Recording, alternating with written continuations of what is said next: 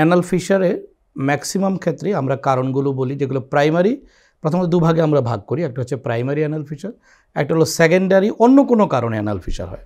তার ভিতরে প্রাইমারি মানে যে কারণে অ্যানাল ফিশারটা সরাসরি হচ্ছে, তার মধ্যে যদি আমরা কমন কারণ ভাবি সেটা হচ্ছে কোষ্ঠকাঠিন্য। আর কোষ্ঠকাঠিন্য হলেই যে অ্যানাল ফিশার হয়ে যাবে তা না, আমরা বলি যে এটা একটা ক্রনিক কোষ্ঠকাঠিন্য, যাদের দেখা যায় এই লাইফস্টাইলটা দীর্ঘদিন অনেক দিন ধরে এমন হচ্ছে, তখনই হঠাৎ করে তার একবার যদি টিয়ার হয়ে যায়, তখন সেটাকে আমরা বলছি অ্যানাল ফিশার।